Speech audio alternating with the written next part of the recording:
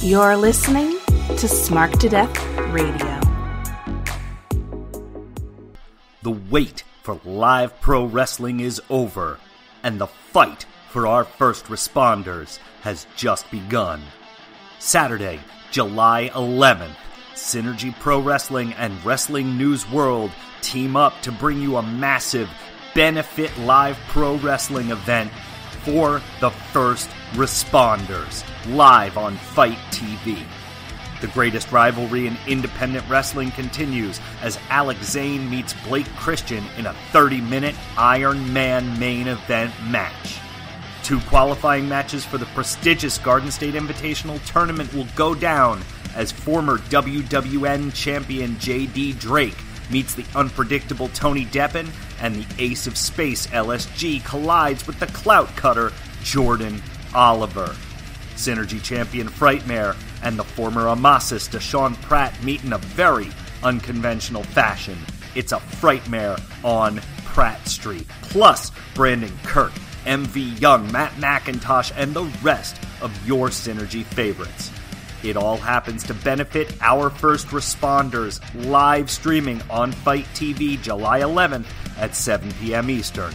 For more information, log on to synergywrestling.com or visit Wrestling News World.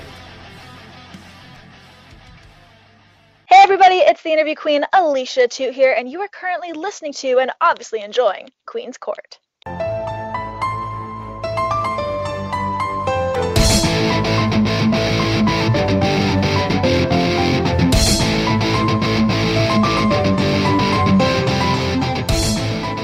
Everyone, welcome to this week's episode of Queen's Court with your girl, the Queen of NE, on Smart to Death Radio. It's July, which is something that I never thought would get here, but here we are. We made it to July of 2020. It has been several months of just wow, is the best way that I can put it. But I'm so happy to be here today with 2 ladies who I admire so very much from both wrestling Twitter life as well as podcasting life and, our personal friendships as well. I'm so happy to bring them here for our conversation today. Firstly, I have the Phoenix herself coming back to the castle, Miss Amy, who of course is all over your wrestling Twitter, TL, the timeline, if you will, and of course a wonderful, wonderful part of something she created with Andy WrestleJoy. Hello, Amy. How are you? Hello, I'm doing wonderful. It is so good to be back in the castle with the Queen. We're happy to have you. Thank you for returning. And, of course, you heard her voice last week, and I brought her back again because, well, I just had to. And that, of course, is Miss Ashley from Dojo and Dynamite. Hello, Ashley. Hi, Queenie, and hi, Amy. Thank you so much for having me. It's always an honor. Oh, it's my pleasure to have you both. And when I decided to kind of think on this topic, which I'm going to introduce in a second, you two were the people that I went to right away, and I said, oh gosh, I would love to have your mind and opinions and thoughts on this. So for everybody listening, kind of in light of all the recent events, not only in the wrestling world, but kind of the wider world, I was looking for ways to sort of utilize my platform, small as it is, to kind of create an open, honest, and meaningful conversations, even if they are difficult. I'm not in the wrestling business. We all know this. I'm just here to talk and have a good time. But as a content creator, when everything happened with the speaking out movement and, of course, Black Lives Matter as well going on, I thought to myself, my goodness, I feel really strongly that I want to do something. I don't know what it is, but something. So I said, okay, how can I start? What should I do? And I thought, what better way than to kick this off with a small panel of ladies who I hold in such high regard, to kind of talk about a specific set of topics, something that was kind of bothering me and really kind of drove my food for thought in creating this. So what I thought of was, how can we as fans and content creators, as all 3 of us are, continue to support the sport that we love, wrestling, okay, even though there's such trauma and difficulties within it. And further than that, what actions can we take to promote meaningful change within the industry that we love? Even, there's in the face of opposition, if you will, from others. So I kind of thought about this question, or these questions, plural, I should say, and I thought it would be really meaningful for us three ladies to start having a conversation about what we can do and what we think about everything that's been happening. So I kind of thought, all right, what if we each brought some ideas or some thoughts or whatever it might be to the table and have a conversation between the three of us about that topic that I stated above. So it means a lot to me, and I know it means a lot to us three to be a part of this wrestling Twitter and wrestling podcasting community, and as, just regular old fans, right? Regular fans of wrestling that, it's going through it right now. And just the last few weeks have just been eye-opening and heartbreaking. But there's something that we can do. I feel that. And so I want to kick it off to you guys. Amy, if I could kick it to you to start, what was something that kind of popped into your brain as this all kind of was going on regarding, what can we do? Well, the first thing was, dealing with the emotional shock and fallout of all of this, because, we love wrestling. We're here because we love watching it. We love talking about it. We love going to shows. We all have our favorite wrestlers. And it was horrible seeing some of our favorite wrestlers like caught up in this and thinking about the victims that, have been traumatized by them. And that was really awful. So at first it was just really challenging to even look at this and be like, can I love wrestling still? Right. Especially because as women, like, we all have so much experience with some form of this, by and large, just by statistics. The amount of women that we know and talk to, there's a shared knowledge of what this sort of thing means and what that feels like. And that's really hard to contend with. So the first thing with supporting wrestling in general, I know for me, I looked kind of like a lifeline to somebody that was doing something good in all of this. Somebody who could make me feel good to support them. And, the first few days, I had my eyes on AEW, for instance, because, when you love something this much, it means a lot to know that they're going to stand by what they've built, this identity of being inclusive and supportive. And so I was really curious to see how they were going to handle this. So it made me feel good to know that for this example, that they were taking proactive plans that were dealing with the root of their issues with Jimmy Havoc and with Sammy Guevara, and that they were going to address it in a productive, proactive way that would be carrying something on farther than just suspending someone or terminating a contract, something that was legitimately going to help them and help the people around them. So for me, looking at promotions who are taking actions that are louder than the words that they speak is what matters the most to me, to still be able to continue to support them and watch them and feel good about that. Yeah, because what's interesting is the point that you bring up about not just saying, hey, we don't agree with this, we don't stand for this, and we're done, but more okay, here's what we're going to actually do about it, right? We always hear that phrase, actions speak louder than words. And that's so true, especially in this situation. Anybody can come out and say, I'm against this is wrong, which, great, you should continue to speak up. That's a great thing. But I think you have to take it that one step further. What are you going to do to make this right, or to make that person whole, or to make, a positive step in a good direction? And I feel like, the fact that they make these statements and say, okay, we're going to, come out with Jimmy Havoc, we're going to have a conversation about his status with the company after we do this with him. And Sammy Guevara, we're going to suspend him. We're going to take his salary and give it towards this charity organization, right? So there is a step further than just saying, this is what we're uncomfortable with, this is what we will not tolerate. So there is definitely forward movement with AEW. Ashley, I'm curious as to your thoughts about that. Well, sort of tying in with what Amy said, I actually have a tweet here that I retweeted and I screenshotted from Sunny Kiss that I thought was really important, more so in regards to like inappropriate or insensitive comments that can be made, like such as with the Sammy Guevara instance. Sunny said, this was back on June 3rd. Sunny tweets, "This app is exhausting, to be honest. But I will say, let's try educating some people before canceling them entirely. The mission is to get through to them so that they understand clearer and can change their perspectives. Only cancel those who don't want to be educated. Allow room for change." Now, obviously, there's certain instances that are inexcusable and inappropriate, like with what we've seen with the speaking out movement. But I think in an instance with Sammy where the comment itself was not acceptable, that's never appropriate to say.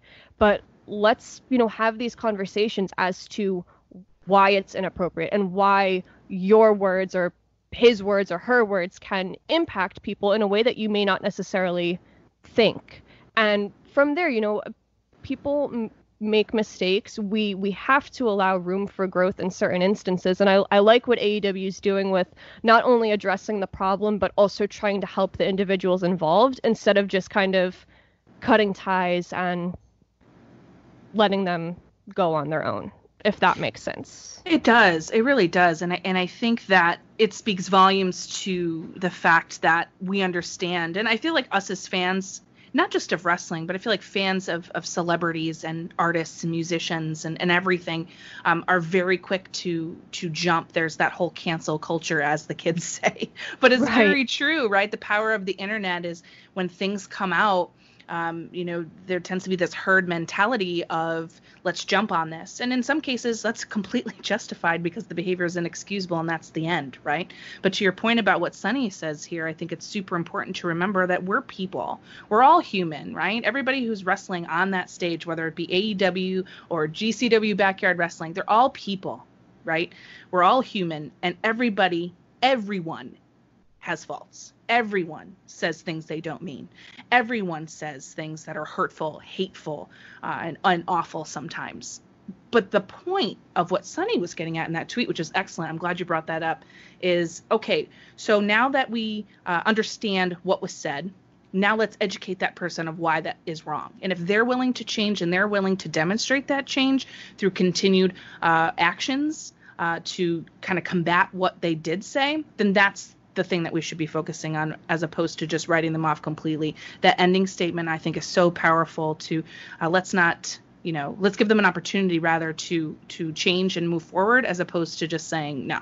If they don't want to be educated, that's a totally different conversation. If they're not willing to change and take accountability, then that's different, right? So I love that idea. And Amy, I was wondering, what were your reaction to kind of Sunny's words there? Oh, I agree entirely. I think, everybody has room to grow. Everybody deserves the right to grow. I mean, even if we think about how we were as teenagers compared to where we are now, right? Like we always say, we're so grateful social media wasn't around when we were teenagers. There's a good reason for that. People deserve an opportunity for self-reflection and, to listen to people around them and understand how their words may have an impact on other people, or how their actions may have an impact on other people. And if they are willing to do that and willing to grow as human beings, I think they deserve, that chance to move forward. I think that Sammy Guevara, in this particular instance, he's going to be undergoing sensitivity training. His salary is being donated to a women's charity. He personally and privately and publicly addressed it with Sasha Banks. And I think that shows that he legitimately cares enough to grow and move forward. And I think that is something that should be rewarded. If we think about positive reinforcement, we want people to be, rewarded with understanding if they're willing to grow, as, a contrast to people who aren't. Yeah, absolutely. Like discard them, write them off, whatever. But you want to reward the people who are doing the things that we want to see come out of this. We want to see people changing and growing and becoming more empathetic and becoming kinder to each other and respecting other people as equals and as peers. So I think that does deserve a reward of understanding that. It really does. There are so many opportunities that we're given in life to self-reflect and take that moment, or moments, plural, right? We make mistakes and we'll continue to do. I always say that to my Mr. Queen. I always say, well, I made a mistake yesterday. I'll probably make one tomorrow, but here we are, right? And it's that accountability and willingness to say, you know what, as difficult as this is, as difficult as it is for the mistake that I made and the guilt that I feel, right? Me personally, right? I have to stop, wait, think about it, reflect on it, and give a sincere apology for that, and know in my heart that I did the wrong thing, right? And then from there, moving forward, my actions have to continually back up that I have really taken that consideration and change. And I feel like that is something that needs to be celebrated. You said positive reinforcement. I think that's such a big deal, to know that you have, done your accountability, learned your lesson, and now are making positive steps in your life to move forward, not move on. I don't like the term moving on. Yeah, we could put it behind us, right? But that sometimes the moving on term, I feels like we forget about it. I don't think you need to forget about it. I don't think it needs to be brought up time and time again, but I think you need to have that with you and continue to remember as we move forward, that this was something that was done and you're not going to do that again. And that to me is a sign of real, true change, that you know that, hey, I made a mistake and now let's move forward with that. But I also think, too, that in the culture that we're seeing here online, these brave people came out to tell their stories. And sometimes, the general "I'm sorry" isn't enough, right? And I think that another thing that I've noticed, at least, especially on the internet, when these women and men who came forward to bravely speak out about incidents that happened in their life, there's a lot of casting doubt on that. And there's a lot of, well, that's not my experience with X wrestler, or that's not my experience with that promoter, or that's not my experience with that. It's a lot of invalidation. And I think a large part of the conversation that needs to happen is the acknowledgement that these things happened, and what we can do as a whole, and our small part as fans, to make sure that this doesn't happen again. I think we have to stop kind of idolizing these people. Yeah, they're cool, and yeah, they're famous, and yeah, they're celebrity in some kind of way, right? And that's awesome. But they're still people. So, we have to hold them accountable and continue to do so.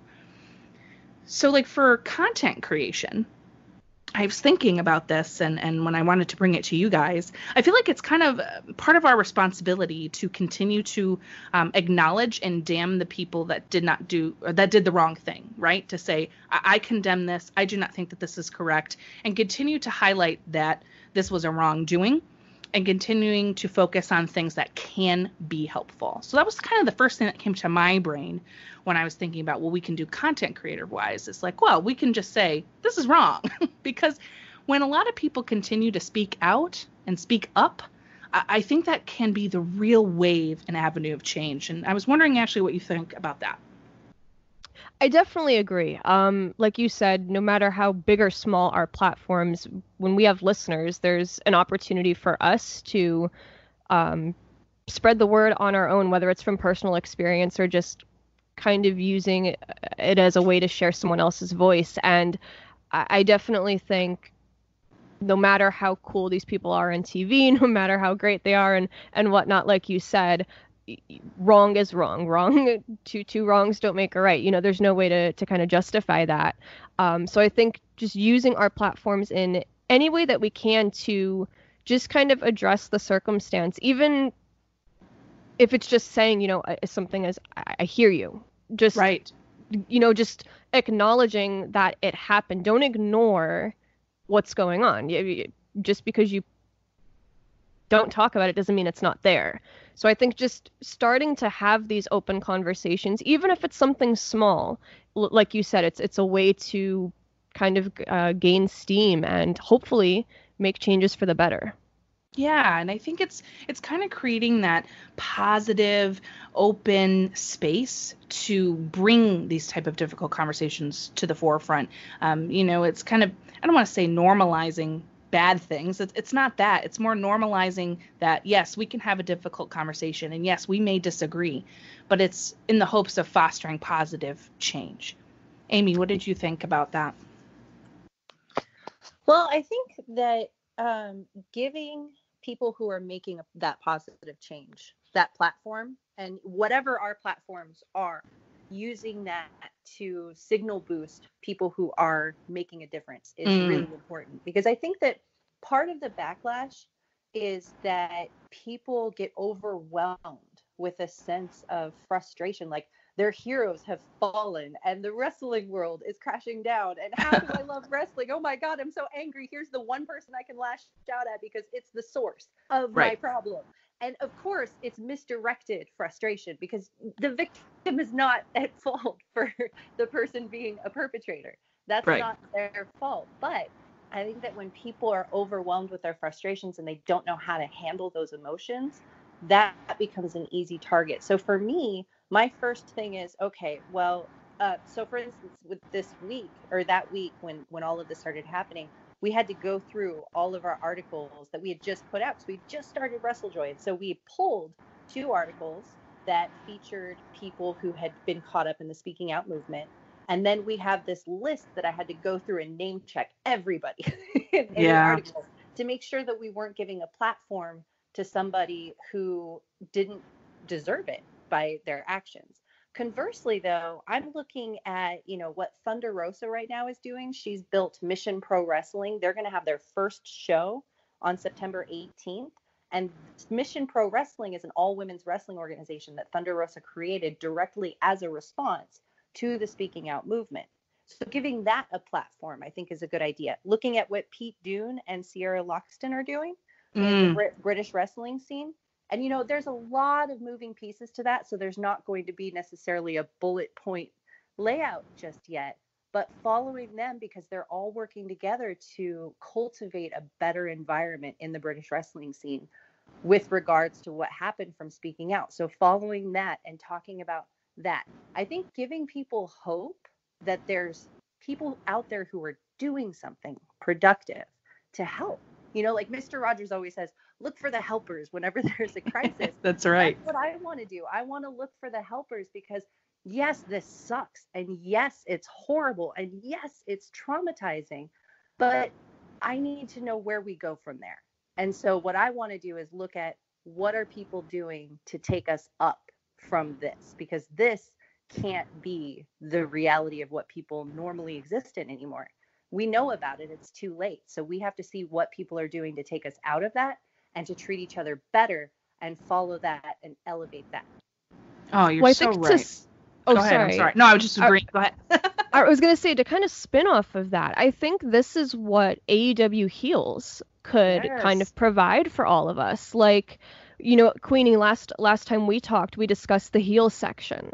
And imagine that, if that actually comes to fruition, that's not only giving us a community to interact with one another, but it's providing a safe space for women at these shows where maybe we can arrange like a carpool or some sort of get together where, like, a buddy system of sorts, in a way where women can go to these shows, not if they have no one to go with, it's not that they're alone, but you have like a sisterhood where we can kind of look out for each other. And it's a start. I feel like this platform is kind of a start to get us all trending in another positive direction too. Yeah, and I'm so glad you brought that up, because I was thinking about it's unprecedented, right? There's no wrestling company out there that's saying, hey, this is something we're looking to do. All ladies section where you can come and hang out with other women who love wrestling. Like, it's never been done before. It's unbelievable. As we talked about on that episode, Ashley, I said, it's like AEW's thing. They're just like doing all these new awesome things that, like, why didn't we think of that? That's so smart, And then I see a lot of ladies who go to a lot of the indie wrestling scene talking about, hey, I'm always at blah, blah, blah's shows, right? You can come find me. Like, if you need somebody, I'm there. I see a lot of indie wrestlers doing the same thing. Like, hey, if you ever feel unsafe, come hang out at the signing booth and like just chill and everything's going to be okay. Like, we got you. And the same for like that sisterhood of fans. Like, I always go to GCW shows. Y'all want to come hang out with me because you don't feel safe? Come on, come hang out. I got your back. I think that is the thing that's such a positive a model of what we can do. It's a small thing that we as fans can do. Starting the AEW Heels Facebook group, or Women in Wrestling Facebook groups, or Discords, or anything of that nature, where we can coordinate together. If you wanted to do that, if you wanted to sit with somebody at a show, or hey, I'm going by myself, or whatever, and someone can say, oh, I'm bringing like 5 of my girlfriends, you can come say hi. Just giving that sense of camaraderie, I think, is something that we as fans definitely can do to just create a better overall experience, just in case it's needed. And I'm hoping over time it's something that won't be as needed, but we get to do it anyway because it's so fun. Like, who doesn't want to hang out with all their friends at a wrestling show? You know what I mean? Absolutely. And I'm not trying to say that guys aren't included. They totally are. I'm just saying in general, sometimes it's hard for us ladies. We go to shows and there aren't a lot of us there, right? So it's just nice to know. And I know, Amy, you're a big proponent of AEW Heels as well. I think that creates such a great opportunity. Oh, I think so too. I love that, because I'm a big proponent of the girl code. When when you see somebody who looks uncomfortable, or they're talking with somebody and it looks like they're just uncomfortable, like you just know. So you walk up and you're like, hey, how are you? You pretend you're best buddies, and then you become friends, and you kind of mitigate that. But I love that this is just kind of preventing any of that from the outset, just inviting a positive, warm buddy system experience, maybe not even born from safety, but just so that you don't have to feel awkward being by yourself. Yeah, for sure. That anxiety is real. Like, I went to StarCast in Vegas, and my husband was in Germany. He wasn't going to fly until the next day, so I was all by myself, totally overwhelmed, and I was like, oh my gosh. So then I messaged Anthony from Smart to Death, and I was like, hey, you're here. I'm by myself. You're by yourself. Let's hang out in Paradise. And so we did. We had a great time. And that broke the ice to make the rest of that day so much more fun, because you instantly had a friend. So I love that with AEW Heels specifically, that's already something that can inherently exist, just because everyone feels like we've all bonded together, we've gotten to know each other, and it's all built off of this inclusive, safe space environment. But, when it goes to indie shows too, like connecting with friends on Twitter, that's going to make it a lot easier to say, hey, I'm going by myself to the show. Does anybody want to meet up? And then you already have people that because you've talked with them on Twitter, or you've seen their ads or whatever, and you already have a sort of friend that you can hang out with that day. I love that idea. I think that's great. And, and it's like, we're not in the business, so the fan aspect is so important, right? There's times where these wrestlers go into shows and there's 5 people there, and there's times where you go and there's 10,000 people there, right? So the fans add something, whether big or small. And it doesn't matter if it's indie or all the way up to WWE. Having fans there is such an integral part of what they're doing. It's hard. It's a sport, but it's performance. It's telling a story in a lot of different ways. And the fan interaction, especially with indies, I feel is so vitally important.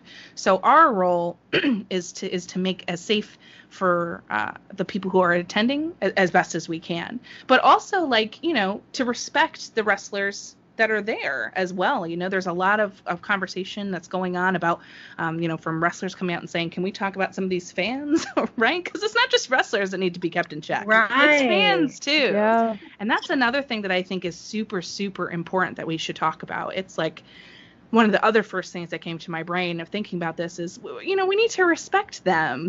They don't know you. You don't know them. You know their personality if you've seen them at several shows, or if you watch them on TV. But, like you would to anybody, you have to keep that social distance. Ha, there you go. Little COVID pun. I'm trying to laugh because otherwise I'm going to cry. But you know what I mean? It's this fan base. We're so passionate about wrestling, but we have to be very careful to recognize that they have boundaries, and we need to respect that as well. I don't know if you had anything you wanted to add on that, Ashley. No, I definitely agree. I think social media has made interactions with the wrestlers so accessible, especially with AEW. Like, you can just reach out to anyone, I feel like. And that's super cool because it's more intimate and it helps build connection. But there is definitely a line. Respect is a two-way street. Um, as we support the wrestlers, so there is a level of respect that I think should be paid to us in a sense, but we absolutely have to be respecting them back. There's a balance, and um, people need to be careful to not cross that line and just admire them as the talents that we see them on television. Yeah, I think it needs to be more from an admiring standpoint than like, the dreaded stan word, Yes, Ooh, exactly. little much. Amy, what do you think? Like, they're people. They have families. They have real lives. Maybe they have thoughts that don't align with their characters on the screen. Like, they are their own individual person, and it doesn't matter how long we've been watching, Kenny Omega or, Kota Ibushi or Tanahashi or whoever. It doesn't matter how long we've been following their careers. We've been following their character that's fighting in tights in a ring with fans. Yes. Like, that's their character. And we love it. It's a lot of fun. We can admire them, but we don't own them. We are not entitled to anything from them beyond that mutual respect that comes from fans clamoring for wrestlers in, a show. And that is a beautiful, important, symbiotic relationship, but that doesn't extend anywhere outside of that. Like when you see people mailing letters to someone's house and then they're God. wondering how they got their address, or people getting upset because Alexa Bliss is dating somebody, that's not healthy behavior. And I think that when it comes to fans, stans, people, we need to realize that whether it's from a fan to a wrestler or a wrestler to a fan, there are boundaries and there's no sense of entitlement to another human being. A wrestler is not entitled to a young fan. A fan who's been following a wrestler's career for decades is not entitled to that person. We have to recognize that we're people and we deserve respect, privacy, boundaries, and friendship. I think that's something right there that's missing. and there's a lot of it. Don't get me wrong, there is. But there is a pocket where that just does not exist. And I feel like if we really were to foster that message on a wider scale, whether that be through our podcasts or our writing that we do in journalism or whatever, our conversations on Twitter, whenever you're adding somebody, I always, take this idea in my brain when I'm putting something out there. I'm like, would my mom like me to write that? For sure. Should I do that? Yes. Am I going to like myself later if I write that down? Probably not. You ever heard of like the saying where you're really mad at somebody? So like you open a Google document or whatever and you just type out all the angry stuff, but you don't send it. That's why you don't put it in an email. Exactly. We all have emotions and we all say stupid stuff, but like we can prevent ourselves from doing things if we just take a chill pill sometimes. I like thinking about it like, if I see this out of context, is it going to make me feel good? Am I going to be proud of this statement? Yeah, I'm going to be proud of going, dude, that was awesome. This match is great. I'm so happy for you. I'm always going to be proud of those statements. Am I going to be proud of something that's like obsessive? No. Probably not. If I had a friend and she had somebody who was saying those kinds of comments to her, what would my advice be to my friend? Block it out. Do I want to be a person who gets blocked out because they're creepy? No. Definitely not. Definitely not. And there's a line too, right? Because you can be tongue-in-cheek and funny, and that's fine. But then there's that you just hop over a little bit further and you're just like, oh, no. Yeah. Mm-hmm. Don't like that. But I think that's a huge responsibility, right? Especially for us who are content creators and we put our voices out there. Sometimes our faces out there. You're representing yourself and your own personal brand, but also like you're representing wrestling fandom in a way, right? Because your experience as a fan with, let's say you're going up to do a meet and greet with a wrestler, I mean, they might not remember you per se. You'll remember that interaction more than they will. They meet thousands of people. But, a creepy interaction, you might want to stay away from that. I just don't think it's responsible. So I just feel like you're right. We need to take a step back. People need to understand boundaries and respect, and, even with other fans as well. Just because there's people who like other things than you doesn't make them better or wrong or whatever. It just makes them different. And I feel like if we had a little more tolerance, it would be a lot better in so many regards. That's all it is just tolerance and embracing differences. And it sounds so simple in theory. It does. And we don't want anyone to be the same. That's boring. But it's simple in theory. But I think social media, as great as it is, it can be dangerous sometimes because you're behind a computer screen.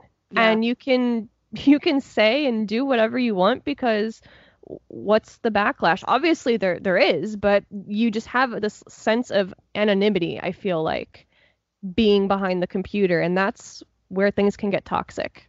Oh, sure. It gives people a sense of courage in a lot of ways. They can't find me. I'm just a bot on a screen.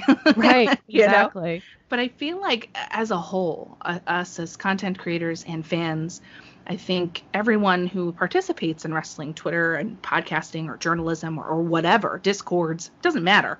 Whatever it is, I think we need to all recognize if we just put a little bit more kindness and just sprinkle that stuff like streamers at a beautiful little wrestling show, I think we'd feel much happier with the product and the people that we have surrounding it. I think it's a good line of balancing that positivity, but also keeping that firm stance of what is wrong, and we will not, as fans, excuse me, and people who talk about wrestling in whatever format, will not allow. So I think you have to have both. I agree. I completely agree. I think we have a responsibility as wrestling fans to create the environment that we want to see. After Hana Kimura's death, which was incredibly tragic, I think that shook the foundations of wrestling Twitter, the wrestling community. Yes. And I think that, with speaking out, coming out within the last month as well, it's really important that we take a look at ourselves and we see how we interact with each other. We see how we treat each other in person and online. And, I always try to go by the treat others as you would like to be treated, the golden rule. But the reality is that, like, if you want a world that is welcoming to wrestling fans, if you want somebody to watch the show that you like, if you want to introduce somebody to something new, you've got to do it with happiness. You've got to do it with excitement. Nobody's going to go, oh, dude, that person, they talked so much smack about AEW. That's so cool. I'm totally going to watch their show now. Nobody's going to do that. You talk about the thing that you like in a genuine and sincere way. And then people are going to talk, check it out. I checked out GCW because the environment that people have as fans, it feels like a really tight-knit, intimate family. And I love that feeling. So I was like, oh man, I want to see this. Even though I hate death matches, I want to see this. And it's that sort of thing that, like, you've got to create the world that you want to see. If you're constantly complaining about this brand's fans or this brand's fans or whatever, be the change that you want to see out there. Talk about something with your own genuine happiness instead of disparaging someone or something else, unless they deserve it. If we're talking about speaking out, that's different. But if you're just like engaged in tribalism or these petty kind of pot shots, is that really going to elevate the discourse to something that you want to participate in? Do the thing that makes it that situation that you want to be in, that you're happy in. Yeah, and I think that speaks to a thing that we can do. This is something within our control that we can do on our own platforms, on our own Twitter handles, on our own Instagrams, to say, okay, I don't necessarily like everything that Monday Night Raw is giving me right now, but I don't need to bash it. I can constructively give criticism. I can say what I don't like as well as what I do like, and that's fine. There's ways to do that if there's something that you're not happy with or you don't support or you don't like, and you can do that in a constructive way. But I also think, to your point, speaking positively about wrestling with being realistic, right? But still being positive about it creates a more welcoming open space. You're exactly correct. If all you're doing is yelling about how you hate XYZ, well, then I'm not going to really be interested in what you have to say. If you want to give me something constructive to read, I'll definitely read it because I like to learn about differing opinions. I like to see things from a different perspective. So that's all good. But if I see something like, hey, you should really check out XYZ promotion, I really think that you should and you would like this. There's a thing going on Twitter today for Tony Deppen. It's Deppen Day. Hashtag Deppen Day. And right now, it's celebrating Tony Deppen. And I saw someone going, I had no idea who this guy was. But I saw him all over my Twitter feed and everybody seems to love him. So now I'm going to go watch some matches. That's the kind of stuff I love to see. I mean, what's better than that? Exactly. I did the same thing with Danhausen. Everybody was talking about Danhausen. Yeah. Everyone changed their names to whatever Hausen. And I was like, what is this? And then you find out, and you're like, oh, and it's because people are excited and they're talking about it. If you have excitement, that passion that brings you here as a wrestling fan, and you share that, that is going to elevate the discourse and bring far more people into what you're excited about than just slamming something else. Yeah, and I also think it has to do with the response to that, too. Even if it's something that you may not like and you check it out, then you could say, you know what, that's not really for me, but thanks for sharing. Ashley, what do you think? I think I agree with everything you ladies are saying. You know, energy is contagious. So let's promote the positivity that we want. If you're going to breed negativity, you're just going to keep bringing that in. And it just, what does that accomplish at the end of the day? Like on our podcast, you know, we're primarily Dynamite and New Japan focused, AEW and New Japan focused. Rich and I are not the biggest fans of WWE. We don't talk about it because we don't really have much to say that would contribute to any sort of intelligent or beneficial conversation. You know, from the get-go, I did not want to make that really any part of our focus because I didn't want any sort of unnecessary negativity to be coming out of our platform. And I think just being more mindful of how you carry yourself and what you choose to say, whether you agree or disagree, it's fine to have differences like we talked about, but just carrying in a more positive manner, it can just breed better things for all of us. Yeah, it can create such a great space for constructive, good, even if it's difficult, discourse. And that's, I think, paramount. You know, we all don't like things, and that's okay. And sometimes you need to talk about that. And I think that that's okay and valid to do. But you don't need to go on a consistent negative spree. If it's that not enjoyable for you, then maybe take a step back from it. I mean, my whole journey with wrestling is that exact thing. You know, this year especially, I kind of pulled back from WWE. It's just not something I want to watch weekly. And it's not like a knock on them. It's just I'm not interested right now. I love New Japan. I love AEW. I love GCW. I love Synergy. That's where I'm at, just personally right now. But I don't need to go on every single week or every single day and bash everything all the time. Negativity has its point and its purpose, but it doesn't need to be continual. And I feel like us as a fan base and a content creator base can do better with that. Absolutely. Offering criticisms when, you know, you have a point that you're trying to make, you know, hey, if we do it this way, this could be better in the long run. Criticisms, I think, are warranted when you have an end game in mind, but don't like just sit there and nitpick, I feel like, because you don't like it. Right? Does that make sense? I think it does. I think it really does. Amy? Oh, yeah, for sure. You know, like, oh, it would have been awesome if they would have done this. That would have been so cool. That's a great way of saying that you didn't enjoy something and here's something that you would have liked to see instead. You know, obviously we're not always going to have ideas of things that we would like to see in lieu of something. But yeah, I mean, just talking about the things that you like, that's awesome. And, you know, like with your dojo and Dynamite, like you love New Japan, you love Dynamite. After this, I'm going to go watch your show because I'm like, hey, I'm listening to you. And I'm like, I love those things too. I want to go hear it, you know, but that's the thing. You're not like sitting here, oh, I hate all of these other things. Look at how cool I am. It's just. No, you know, I like that doesn't make you cool. Like. Exactly. Yeah. I feel like there's a false sense, you know, in life that doing all of that and being this negative, awful human makes you cool, and that's not true. No, it's exhausting. It's tiring to be sad and angry all the time, guys. It is. I think Yeah. people take it as a mark of their knowledge, of Sure. the things that they don't like, the things, they've been watching a long time. And I think, there's absolutely room for knowledge. I mean, that's what we're all about, is sharing the knowledge of a promotion to someone else to answer questions. Or, with New Japan, maybe there's a new viewer and they're like, what's up with Tanahashi? And you're like, oh my Oh God, my let me tell God, you all yeah. about Tanahashi, like that's a great thing. But that knowledge doesn't need to be propped up by cynicism all the time. There's room for happiness too. There is room for happiness to it. And that's the beauty of what wrestling can be, right? There is literally something for everyone. If you want to see a man with a colorful coat and a cat, you can hang out with New Japan and Hiromu.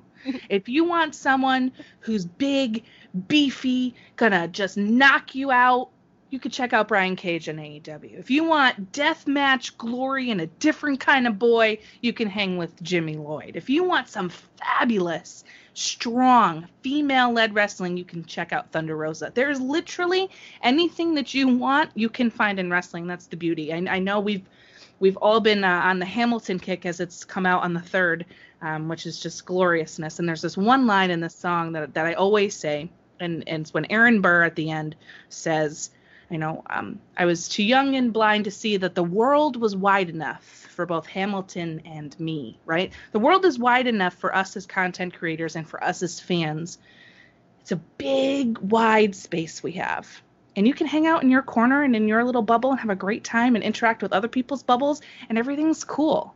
You can have things that you like without discrediting other people. And I feel like that's a conversation that needs to be put to the forefront more. How can we collectively come together as wrestling fans to just do better with that? And I think, we've talked about different ways that we can do it.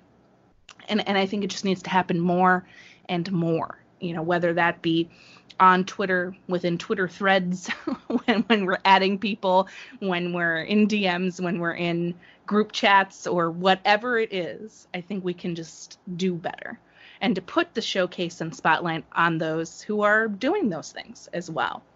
So, Ashley, did you have anything else that you wanted to bring to us and chat about? Let's see. My biggest thing was that Sunny Kiss tweet. I've been thinking about it since he tweeted it, and because I just thought it was so perfect. Yeah, it was perfect.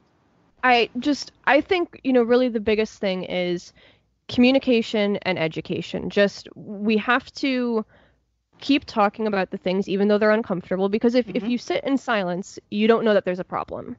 And also just understanding everyone's perspective, trying to put yourself in someone else's shoes, even if you don't agree with them, even if they may be wrong. I always try to understand where someone is coming from, because how else are you supposed to make changes? Like going back to what AEW is doing with Jimmy Havoc and Sammy Guevara, just kind of trying to get a perspective shift. I think that can help us understand each other in a better manner. Again, whether someone's right or wrong, just opening our eyes, being open-minded, taking in these perspectives, and trying to grow together. I think that's really important and responsible, and things that we definitely can do to grow and be better as creators, as fans, as wrestlers, as people who work backstage, as HR, no matter what it is, owners, right? There's a way that we can all do that. Amy, anything else that you wanted to bring? I think it's really just boils down to respect, like just respect each other as human beings. Remember that there's a person that you're talking to. Treat, if you're online, talk to them like you would in real life, face to face, because you're not going to yell at somebody. You're not going to walk up and be like, oh my God, you suck. Yeah. Do or that. maybe you are, but I don't know. If you are, then I don't really want to hang out with you anyway. So, talk to people as if you would like to be talked to. Treat people with kindness. Treat people with respect. And with regards to speaking out, when we talk about companies and promotions and what they're doing to make a positive change, let's make sure we bring that back to speaking out too. The reason why it started. Don't let these improvements exist in a vacuum, because without the context of why they're important, we lose sight of what really matters there. And on that note, I really want to put out Mission Pro Wrestling, Thunder Rosa's all women's promotion. Their on Twitter is at Mission Pro Res 1. And they're going to have a show in September 18th. They don't have a card yet. They're still putting that together. And then Gentleman Jervis also has a show that he's putting together where the proceeds are going to go to charity. And before that show, every wrestler who's participating in it is going to go through sensitivity training as well. So even just in the couple of weeks since the speaking out movement has happened, we're already starting to see tangible improvements in how people are thinking about how they treat each other as co-workers in the wrestling industry and how they treat fans. And hopefully we start thinking about how we as fans treat wrestlers too. Absolutely. And I'm glad that you highlighted those as well. I'd also like to throw out there, not necessarily in the speaking out movement, but the Black Wrestlers Matter show is coming out August 22nd. That is another great thing that is going to be an awesome show, but also for a very positive cause. So you can check that out at BWMDSM on Twitter. They have a great stuff going on as well. I think the thing is to look out for those promotions who are making those positive steps, follow those wrestlers who are speaking up and speaking out, or both, right? Depends. Not everybody has an experience to share, but they can be, a friend and an ally and support nonetheless. So take a look at who's doing that. I would also just like to say, be mindful. Watch who says things and watch who don't. I think that's very important. Sometimes we aren't comfortable saying things, and that's okay. But I think if we get to a point where there's just, we cannot have this culture anymore. It cannot happen. We cannot stand for it. It's been going on, and now enough is enough. And we as fans and the wrestlers, of course, involved, do not want this. So pay attention to who's doing things and who's not and how they are doing it. That should inform your fandom as well. And I think, JBQ said something earlier to me, and I'm going to quote him. I know he won't mind, that like one rotten berry kind of spoils the whole harvest, right? But I think it's time we discard that, or discard those that are the rotten ones, and move forward to affect change, because then the new yield and the new harvest will prosper. And that, I think, is something that's very important to remember, that yes, there are bad things, but we can move forward to find the good as well. So I want to thank Ashley and Amy for joining me today, for having this important conversation. I want to thank everybody for listening. And Ashley, if you would please tell the people where they can find you and listen to your amazing show with Rich. Oh, thank you so much, Queenie. And Amy, it was great chatting with you, too. We are at Dojo and Dynamite on Twitter, Dojo and Dynamite on Instagram. We released our most recent episode yesterday, covering Night 1 of Fyter Fest and the second and third rounds of the New Japan Cup. We'll be back later this week covering Night 2 of Fyter Fest and Dominion and the New Japan Cup finals. So super excited about that. Oh my God, Dominion's coming! I know. Sorry. Everything feels right. Guys, how excited is it, real quick, to have New Japan back on screen? Oh my God. Oh my, I missed it so much. So good. I missed it so much. Thank you, Ashley. Amy, if you would, tell the people where to find you, and of course, WrestleJoy. Yes, absolutely. And Ashley, it was lovely talking to you here. You as well, Queen. Thank you so much for having me. You can find me on Twitter at Phoenix AEW. Same with Instagram. And you can find WrestleJoy at WrestleJoy, or go to WrestleJoy.com, where we cover the joy of wrestling across all promotions, whether it's Indies, New Japan, AEW, WWE. We got all of it. So there's podcasts, there's articles, interviews, and more. And it's a lot of fun. Come check us out. It's so much fun. Ladies, thank you again for joining me in this important conversation. Everyone who's listening, let's do our part to make our wrestling Twitter, wrestling podcasting, wrestling content creation, going to wrestling shows the best it can be from our end. We can only control what we can control, so let's do that. And of course, enjoy the rest of your day and continue to be kind to one another.